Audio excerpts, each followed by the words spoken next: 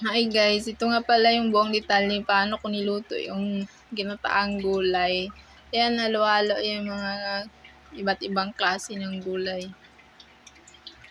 At meron, siniparate ko yung tubig ng gata na hindi siya pure at saka siniparate ko na din yung pure.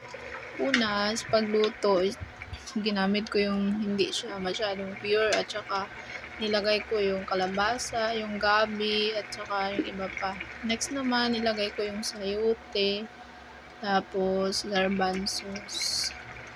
Sunod naman yan, minimix ko siya. Ayan.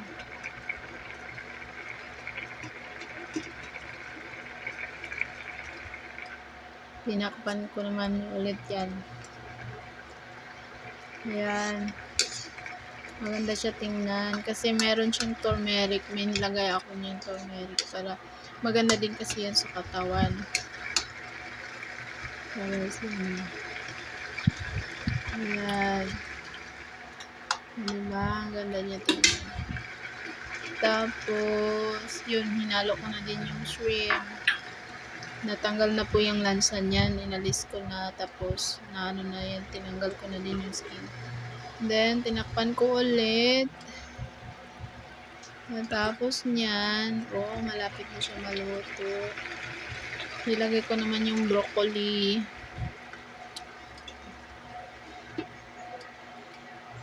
Pagkatapos niyan, nilagay ko na din yung cilantro. Tsaka yung may pechay akong leftover this morning, nilagay ko dyan. And then, nilagay ko na rin yung okra, tsaka yung string beans. Tinakpan ko ulit mga ilang minuto, mga 2-3 minutes lang ata. And then, ayan na, soft na siya. Tapos niyan is nilagay ko na yung pure na gata. Ayan na siya. Yung pure na gata yan. Ayan. Tinakpan ko siya ulit. Mga 2 minutes. Ayan. Inopen ko naman ulit. And then, the last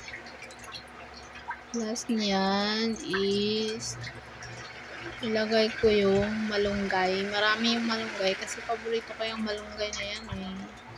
Hindi talaga ako masasawa niyan sa malunggay. Ayan na siya. Ayan.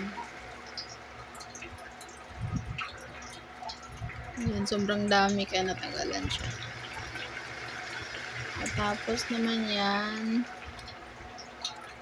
takpan ko ulit yan.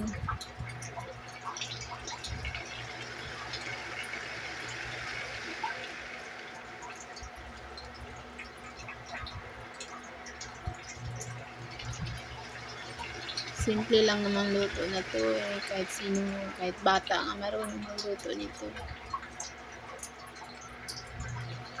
Ayan.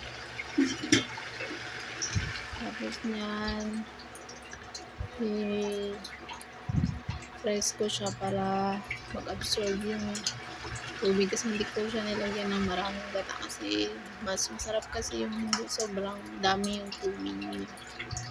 Ayan. Mag-feel mo talagang lasa niyan. Ayan. Tinakpan ko ulit siya.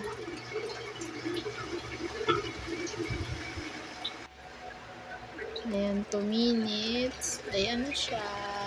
Ready na yung ginataang gulay. Masarap yan kahit shrimp